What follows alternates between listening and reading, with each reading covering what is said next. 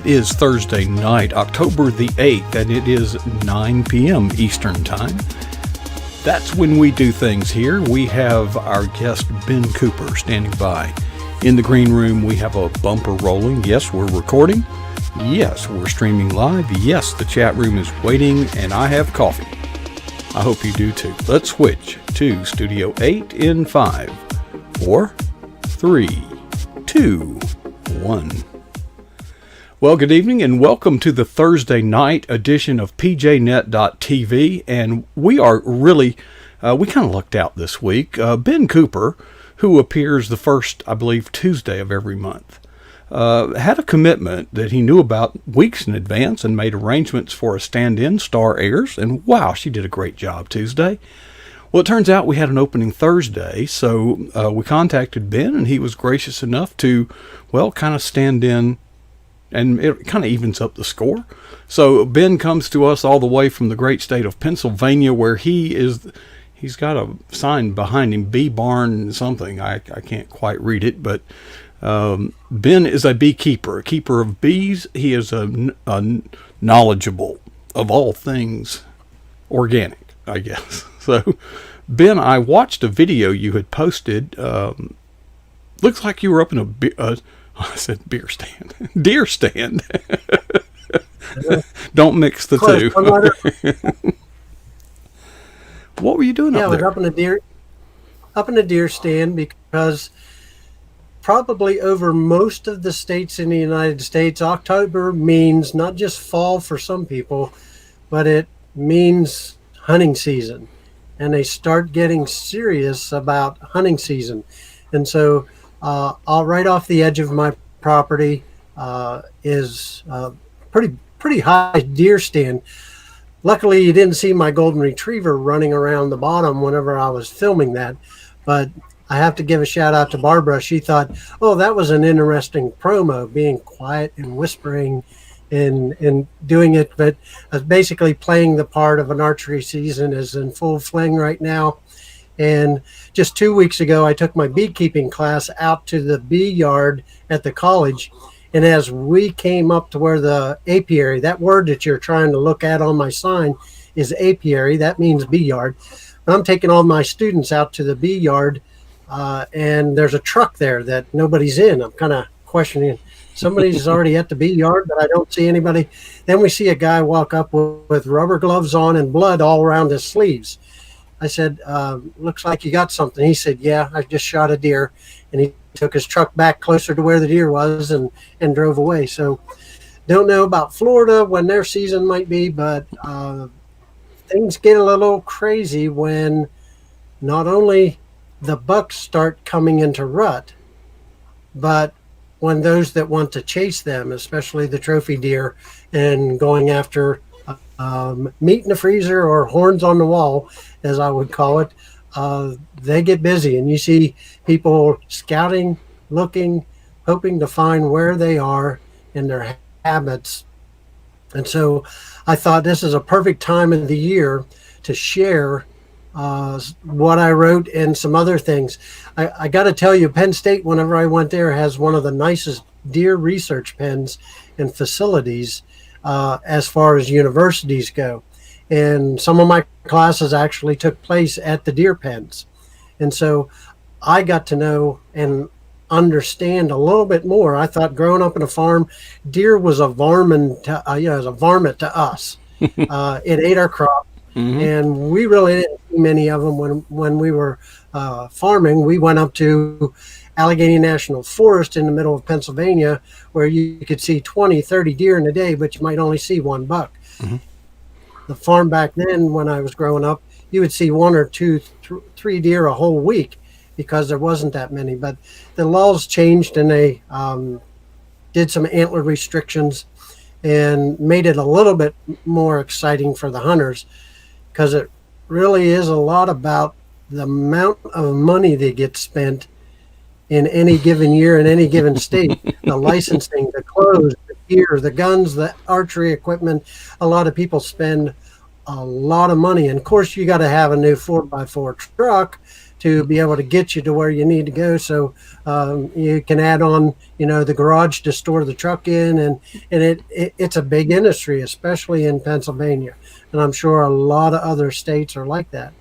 And so though I am not an aggressive hunter, I haven't hunted in several years, but I have gone on trips out of the area, out of the state, and been able to enjoy with some family activities and go hunting.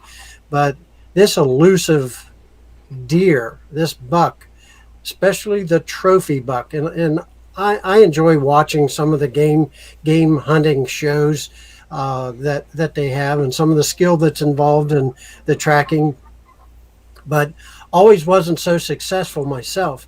But some of the things I want to share, what I learned at Penn State, that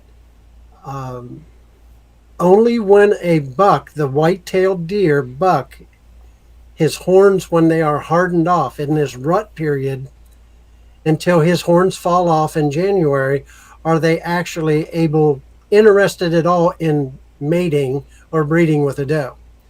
Even though they have all their parts, it's that rut season that gets them into basically the zone, as you would say, coach, on the field, but it gets them in that zone.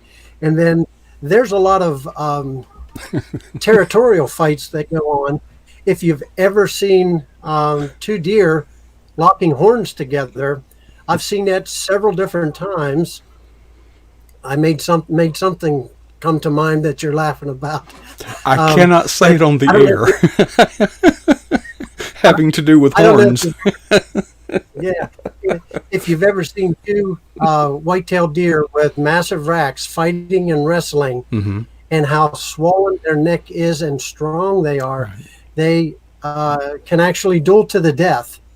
And they are oblivious to anything else that goes around.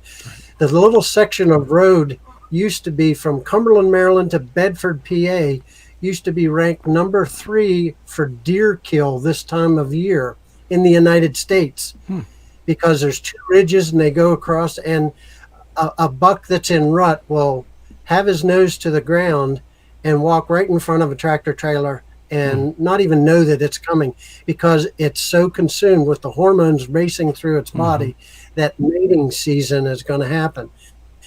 One of the times that I was at Penn State Deer Research pens, and for school, they showed us on the wall 12 years of deer in captivity a buck that they collected the antlers, because each year come January, even into late February, the antlers fall to the ground. They fall off. And unless somebody shoots that deer during hunting season or it dies by a traffic accident, they were able to save and mount 12 years of that deer's antlers. And he had a tag on his ear that was 2B. They called him Toby, made his name Toby, but they showed that 8 out of the 12 years, he was a really nice 8-point. But as he was growing up, he wasn't quite an 8-point, so he might have been a spike the first year and a 4-point the next year. But then as he got older, he started to lose some of the formation, that the spikes weren't as long and as thick and as massive as what they were when he was in his prime. Humans don't look like they did when they were 20 or 30 or 40 when they're 80. Neither do dairy cows produce the same amount of milk, or it's physiologically that deer was changing, but in his DNA he was an 8-point. And if everything was right, if his food was there, the forages that were out there for him to eat, and the minerals that were available for him, he would be an 8-point because of his DNA, his inherited nature from his parents. So people start to look at that. You can change in captivity. You can change how many antlers a deer can have when they're in velvet, and it's just a lot of blood flowing through the horns. If you take and nick or score that velvet, it'll grow a little spike off of it. Really? A lot of times you see a non-typical buck that doesn't look uniform.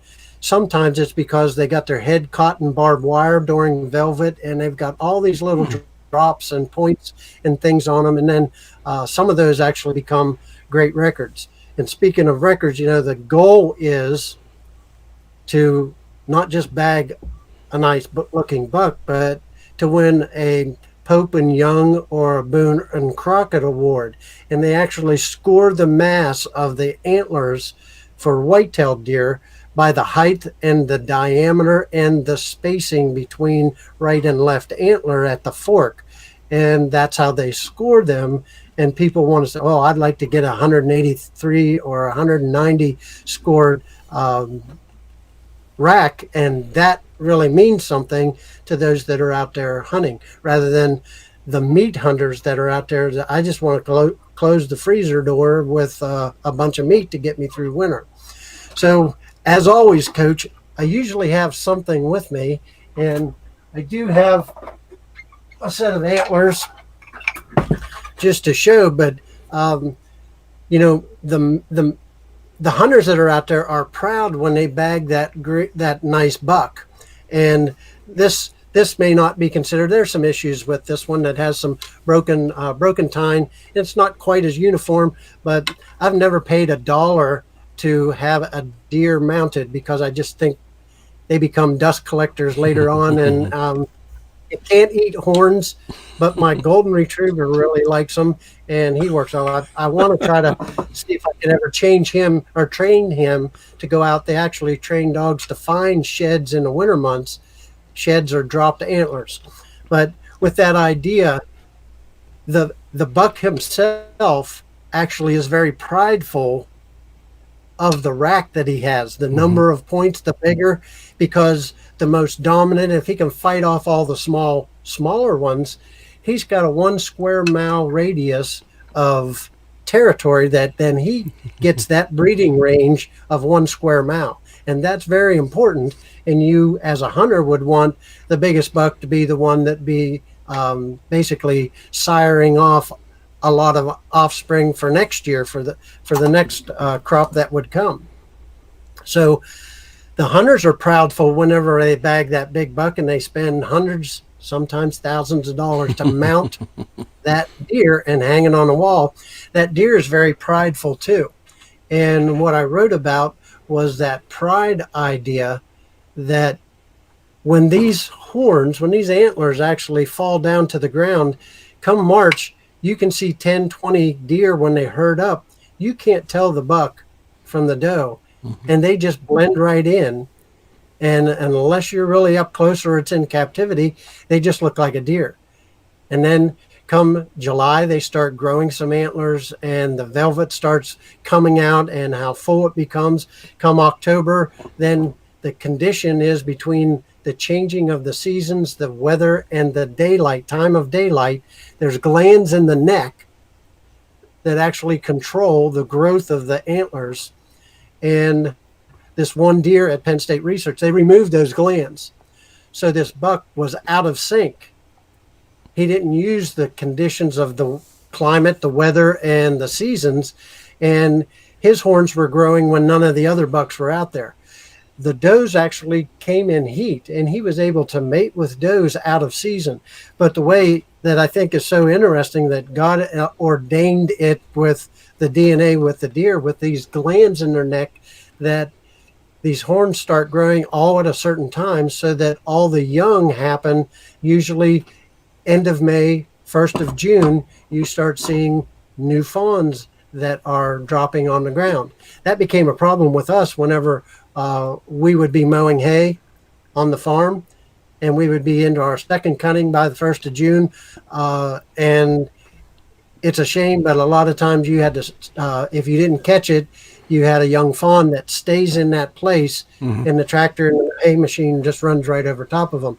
If you could, you see them and stop and then shoo them out of the way, because they're trained to stay there till mom calls for them and says it's safe. But those bucks with that prideful antler on there, and that dominant one in that 1 square mile radius, and there might be 5, 6, 7, 8 other bucks in that area. They got to go find some area where there isn't a dominant one, or they just have to wait till next year, hopefully. And man's like that too. we get awful prideful, and we get crowns. Even there's 7 crowns in Scripture that we get. And sometimes we get prideful of them, and I really like the fact in Revelation where I really believe that we don't get to keep them. There's only one crown we get to keep, and that's the crown of life, the eternal life that we have. But I want to read Revelation 4, 10 and 11, and it says, "For the 24 elders fell down before him that sat on the throne, and worshipped him, and liveth forever and ever, and cast their crowns before the throne, saying, Thou art worthy, O Lord, to receive glory and honor and power, for the Lord has created all things, and for thy pleasure they are and were created." We get a crown of life, a crown of righteousness. There are different crowns that we get, but I don't think we're going to keep them very long, because we're going to cast them. Where did we get them without Christ? It's impossible. They are a product of Christ living through us and moving through us that we get them. And just like the 24 elders in Revelation, we cast them, give them right back at the feet of Jesus, because he's worthy. He's the one that it's all about. And pride can be, it's the first sin. It can be an all-consuming sin whenever you take it too far, anything too far. But I really like the imagery of the deer losing his horns come January, the buck, and he's just like, he's not so important anymore.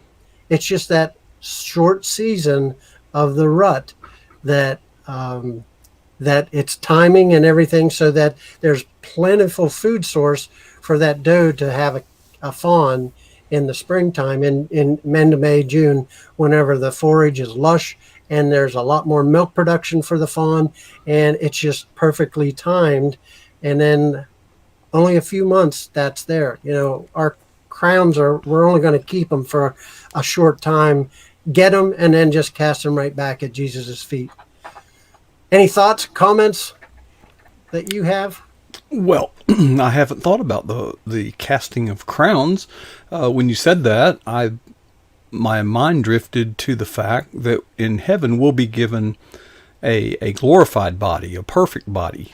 So we don't need these adornments, and we don't need the things that we have here on earth. But when I say need, especially with men, just like those bucks, there is, well, I guess it's testosterone poisoning more than anything else. We feed upon the accolades of man. Wars have been fought. It's amazing. Napoleon said, it's amazing what a soldier will do for a swatch of ribbon. We display these trophies as if they are really significant, especially in the military. You say he is a, highly, decorated veteran. It's very important. But the Bible also says that the accolades of man and the rewards that we attain here on this earth, well, that's the end of it. But we should focus our ministry and our being and our thoughts and walking with Christ on those rewards that will last into eternity. But it's hard, because we all like to be praised, Yeah, our bowling trophies and our Purple Hearts and our Book of the Year awards mean something to us right now. But just like those bucks after January and February, in heaven, we're not going to say, "Oh, look, Coach Prasick has a bigger crown than somebody else." It doesn't matter. The important thing is we're with Christ for all of eternity, and we have things to do there. We have positions. We have some jobs that we'll be doing in all of eternity, especially for that 1,000-year reign. But when we come back with Him, it's just so amazing to me to see how these things in nature just solidify my belief in biblical doctrine, biblical beliefs. And it's not an accident. It's not random. It's as JD would say, it's a God thing that these things happen. And everything is so interconnected. I don't want to be puffing up my chest and holding my suspenders out because I'm so good at whatever. And I'm actually hurting the person that's next to me because I'm trying to take the fame, the glory, and prideful about it. We're all in the same ministry, and that's to glorify God and what Christ did and came to do for us. That's my timely message for buck season. Well, speaking of timely, it is time. Let me throw one more at you, just because. You mentioned that deer hunting is quite an industry. That all the things that people buy, and I think about the sacrifice, the effort that is put into even an unsuccessful deer hunt, let alone successful. And the thought that I would like you to comment on is that if you love it, no sacrifice is too high. And those same people who would do anything, stand out in the cold, and you name it, it is a sacrifice. When asked to sacrifice for the kingdom of God, would say, "Oh, I can't do that." The question isn't, can you sacrifice? The question is, do you love it? What do you choose to sacrifice for? If you love it, you'll do anything for it. Right. You really will. Right. You really will. Yep. All right. Well, folks, that time flies. Ben, I want you don't have to answer now.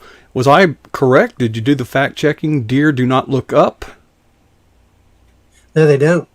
You were right the other night. Okay. How Unless about the that deer game is far off, like a wolf howls at the moon. That's not looking up.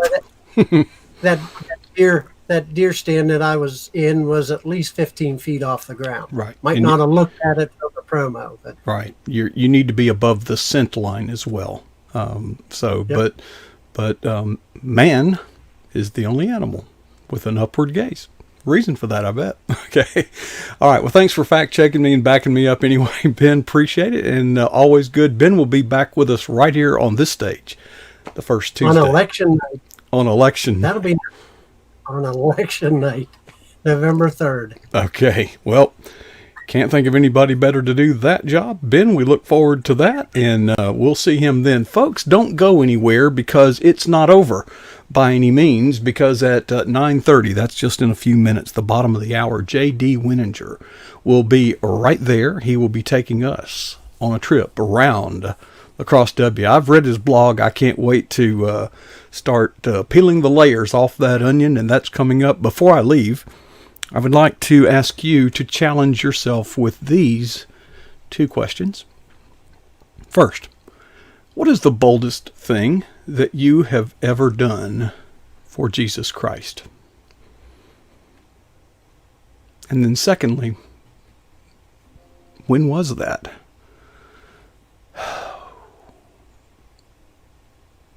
If we're going to get those crowns in heaven and enjoy them forever, we're going to have to be bold here on earth, and I hope that none of us will ever be satisfied with our answers to either of those two questions.